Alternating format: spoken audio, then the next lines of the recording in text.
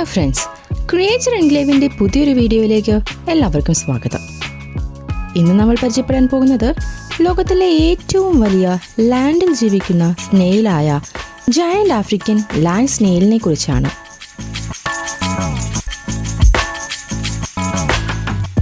ഒരാളുടെ കൈയുടെ വിസ്തീർണത്തിൻ്റെ അത്രയും, ചിലപ്പോൾ അതിലും വലുപ്പത്തിൽ വളരുന്ന സ്ലോ മൂവിംഗ് ആയ എന്നാൽ വളരെ ഫാസിനേറ്റിംഗ് ആയ ഒരു മൊള്ളസ്ക്. അതായത് എല്ലുകളില്ലാത്ത സോഫ്റ്റ് ബോഡിയുള്ള ജീവികൾ.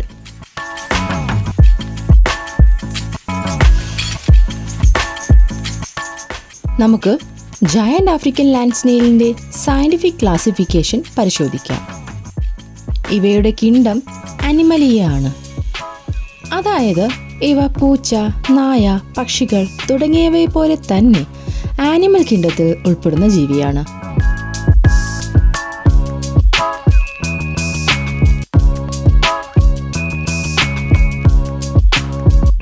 മൊള്ളസ്ക എന്നാണ് പറയപ്പെടുന്നത്. സോഫ്റ്റ് ബോഡിയുള്ള ജീവികളാണ് മൊള്ളസ്കകൾ. Octopus, squid, clams, oysters, snails തുടങ്ങിയവയെല്ലാം മൊള്ളസ്ക്സ് ആണ്. ഇവയ്ക്ക് പലപ്പോഴും കഠിനമായ ഒരു ഷെൽ ഉണ്ടായിരിക്കും.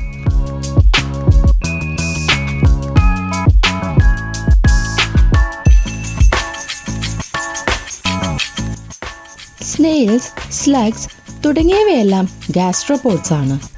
അതായത് സ്റ്റൊമക് ഫുഡ് കാരണം ഇവയുടെ ശരീരത്തിൻ്റെ വലിയൊരു ഭാഗം ക്രൗളിംഗ് ചെയ്യാൻ ഉപയോഗിക്കുന്നു. ഇതിനെ മസ്കുലർ ഫുഡ് എന്നും വിളിക്കുന്നു.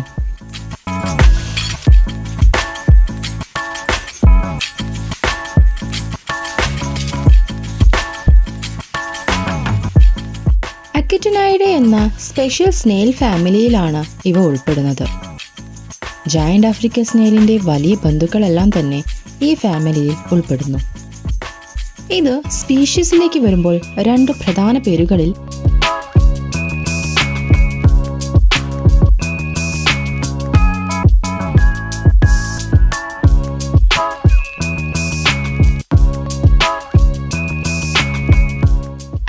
അക്കറ്റീനയാണ് ട്രൂ ജയന്റ് സ്നെയിൽ. ഇവയെ ആഫ്രിക്കയിൽ കണ്ടുവരുന്നു. അക്കറ്റിന ഫുലീക്ക വലിപ്പത്തിൽ അല്പം ചെറുതാണ്. എന്നാൽ ഏഷ്യ, ഇന്ത്യ എന്നിവിടങ്ങളിൽ ഇൻവാസീവ് സ്പീഷീസായി മാറി കൃഷിയും പരിസ്ഥിതിയും ഇവ നശിപ്പിക്കുന്നു.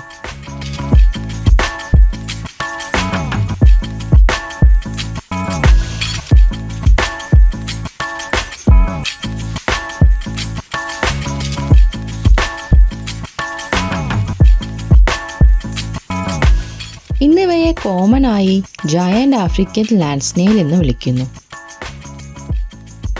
ഇവയുടെ ഷെൽ ലെങ്ത് സാധാരണയായി 20 മുതൽ 30 സെൻറ്റിമീറ്റർ വരെ വളരും. ചിലപ്പോൾ നമ്മുടെ പാം മുഴുവൻ മൂടുന്ന അത്ര വലിപ്പം.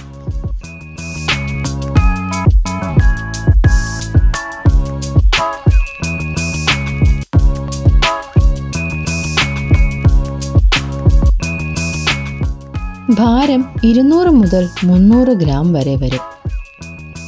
അതായത് ഒരു ചെറിയ തേങ്ങയുടെ അത്രയും. ഷെൽ സാധാരണയായി ബ്രൗണിഷ് കളർ ആയിരിക്കും. അതിനു മുകളിൽ ഡാർക്ക് സ്ട്രൈപ്സും കൂടാതെ സ്പൈറലായി വളഞ്ഞ കോൺ പോലെയുള്ള രൂപവും.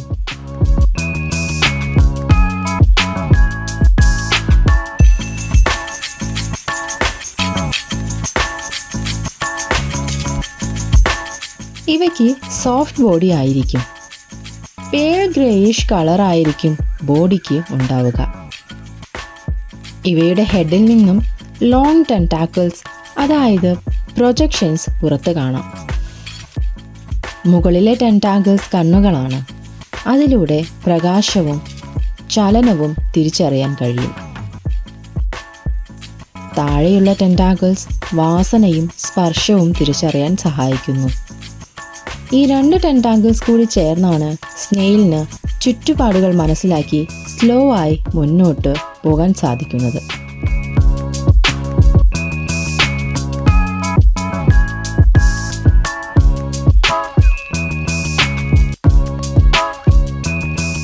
ഇവയുടെ സ്കിൻ എല്ലായ്പ്പോഴും മോയിസ്റ്റ് ആയിരിക്കും.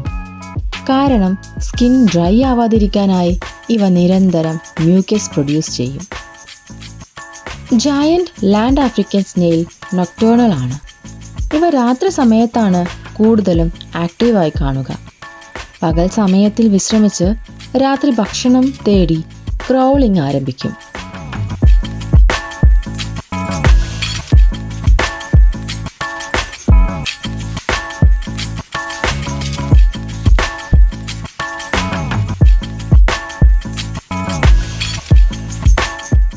ഇവയുടെ ഷെൽ ഡേഞ്ചർ സിറ്റുവേഷനിൽ നിന്ന് ബോഡിയെ പ്രൊട്ടക്റ്റ് ചെയ്യാനുള്ള നാച്ചുറൽ ഷീൽഡാണ്. ഇവ ഹെർബിവേഴ്സ് ആണ്. പച്ചക്കറികൾ, പഴങ്ങൾ, പൂക്കൾ, ട്രീ ബാർക്ക് തുടങ്ങി പേപ്പറും പ്ലാസ്റ്റിക് വാൾസ് വരെ തിന്നും.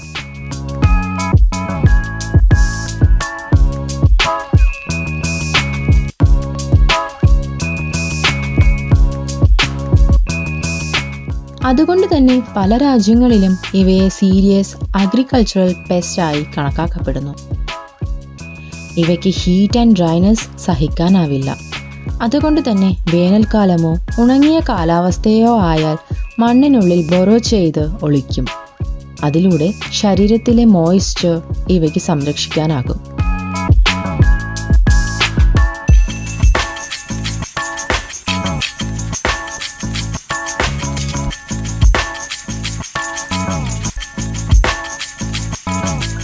ജയന്റ് ആഫ്രിക്കൻ ലാൻഡ് സ്നെയിലിൻ്റെ original native West Africa, East Africa തുടങ്ങിയവയാണ്.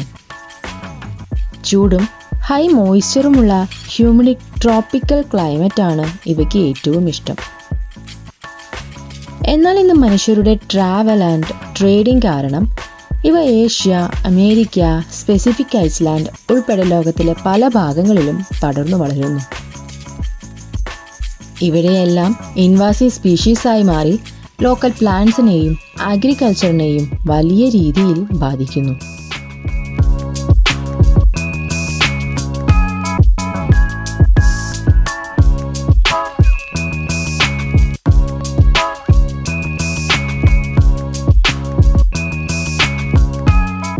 ഇവ ഹെർമാഫ്രോഡൈറ്റ് ആണ്. അതായത് ഒരേ സ്നെയിലിൽ തന്നെ മെയിലിൻ്റെയും ഫീമെയിലിൻ്റെയും റീപ്രൊഡക്റ്റീവ് ഓർഗൻസ് ഇവയ്ക്കുണ്ട്. എന്നാൽ സാധാരണയായി ക്രോസ് ഫെർട്ടിലൈസേഷൻ വഴിയാണ് കൂട്ടുകെട്ടുണ്ടാകുന്നത്.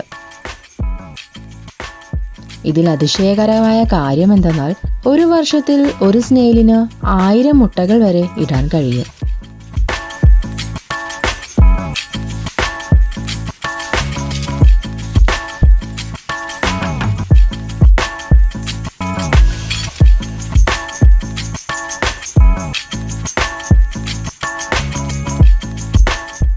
ഇവ എഗ്സ് സാധാരണയായി മണ്ണിനുള്ളിൽ ഡെപ്പോസിറ്റ് ചെയ്യും. 2 മുതൽ 3 ആഴ്ചയ്ക്കുള്ളിൽ ചെറിയ ബേബി സ്നെയിൽസ് അതിൽ നിന്ന് ഹാച്ച് ചെയ്യും. ഇത്രയും വലിയ തോതിൽ മുട്ടയിടുന്നതിനാലാണ് ഇവയെ പലപ്പോഴും സൂപ്പർ ബ്രീഡേഴ്സ് എന്ന് വിളിക്കുന്നത്.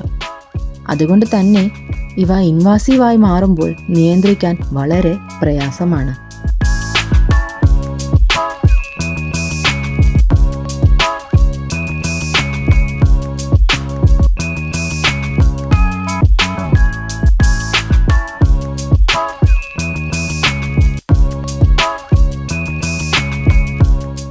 ജയന്റ് ആഫ്രിക്കൻ ലാൻഡ് സ്നെയിലിൻ്റെ ആയുസ്സിനെ കുറിച്ച് പറയുമ്പോൾ കപ്റ്റിവിറ്റിയിൽ പ്രോപ്പർ കെയർ കിട്ടിയാൽ ഇവ 5 മുതൽ 10 വർഷം വരെ ജീവിക്കും.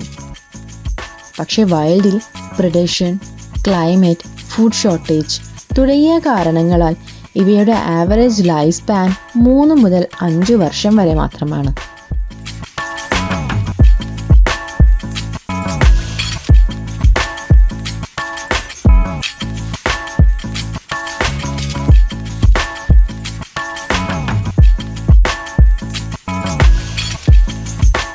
ജയന്റ് ആഫ്രിക്കൻ ലാൻഡ് സ്നെയിലിനെ ഇന്ന് പല രാജ്യങ്ങളിലും സീരിയസ് പെറ്റ്സായി കണക്കാക്കുന്നതിന് വലിയ കാരണങ്ങളുണ്ട്. 1. ഇൻവാസീവ് സ്പീഷീസ് ആയതിനാൽ കൃഷിയിടങ്ങളിൽ വലിയ നാശം വരുത്തുന്നു. 2. ഇവ ഡിസീസ് കാരിയേഴ്സ് ആണ്. പ്രത്യേകിച്ച് റാറ്റ് ലങ്ബോം പാരസൈറ്റ് മനുഷ്യർക്കും അപകടകരമായ രോഗങ്ങൾ ഉണ്ടാക്കാൻ ഇടയാക്കും.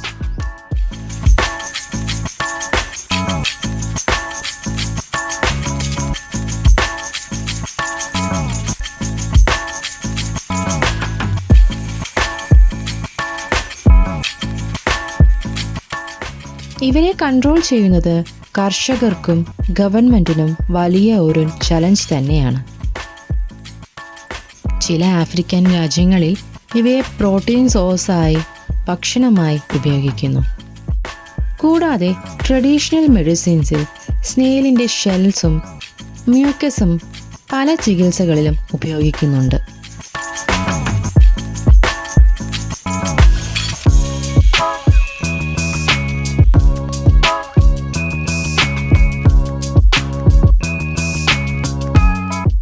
ആഫ്രിക്കയ്ക്ക് പുറത്തുള്ള യൂറോപ്പ്, ഏഷ്യ പോലുള്ള ഭാഗങ്ങളിൽ ചിലർ ഇവയെ എക്സോട്ടിക് പെറ്റായി വളർത്താറുണ്ട്.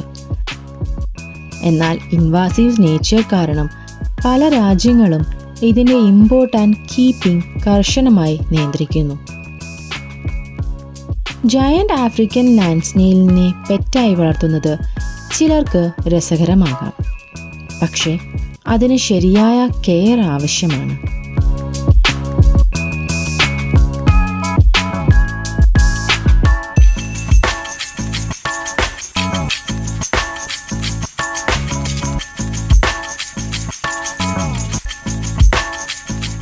ആദ്യമായി ഇവയ്ക്ക് പ്രോപ്പർ എൻക്ലോഷർ വേണം. ഗ്ലാസ് അല്ലെങ്കിൽ പ്ലാസ്റ്റിക് ടാങ്ക്, അതിനുള്ളിലായി സോയിൽ സബ്സ്ട്രാക്റ്റ് സ്പ്രെഡ് ചെയ്തിരിക്കണം. അതിൽ തന്നെയാണ് ഇവ നാച്ചുറലി മൂവ് ചെയ്യുകയും ബോറോ ചെയ്യുകയും ചെയ്യുന്നത്. ഹ്യൂമിഡിറ്റിയും മോയ്സ്ചറും സ്ഥിരമായി മെയിൻറ്റെയിൻ ചെയ്യണം, അല്ലെങ്കിൽ സ്നെയിൽ ഈസിലി ഉണങ്ങിപ്പോകും.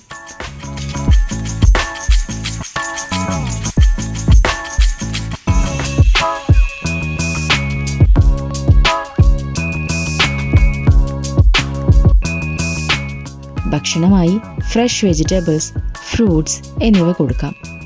കൂടാതെ ഷെല്ലിൻ്റെ ഗ്രോത്തിന് കട്ടിൽ ബോൺ പോലെ കാൽസ്യം സോഴ്സ് അനിവാര്യമാണ്.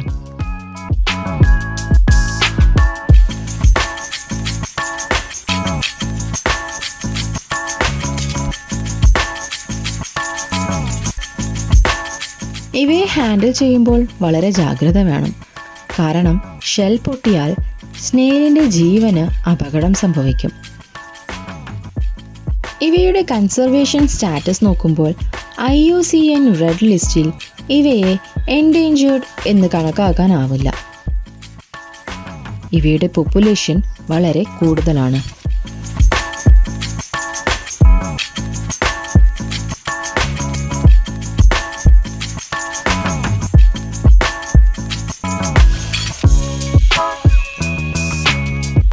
ഇവയെ പല രാജ്യങ്ങളും ഇൻവാസീവായി കാണുന്നതിനാൽ USA, ഓസ്ട്രേലിയ, ഇന്ത്യ പോലുള്ള രാജ്യങ്ങളിൽ ഇവയുടെ import, breeding, even pet keeping വരെ ബാൻ ചെയ്തിരിക്കുന്നു. എന്നാൽ നേറ്റീവ് ആഫ്രിക്കയിൽ അവരുടെ നേച്ചുറൽ എക്കോസിസ്റ്റത്തിൽ ബാലൻസ് ആയി തന്നെ ഇവ ജീവിക്കുന്നു.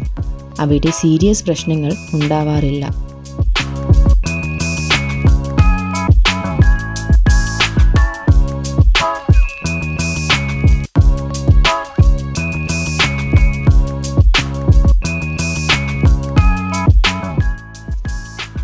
ലോകത്തിലെ ഏറ്റവും വലിയ ലാൻഡ് സ്നെയിലായ ഇവയെ ചിലർക്ക് ക്യൂട്ട് പെറ്റാണെങ്കിൽ ചിലയിടങ്ങളിൽ ഇക്കോളജിക്കും അഗ്രികൾച്ചറിനും വലിയ ചലഞ്ചാണ്.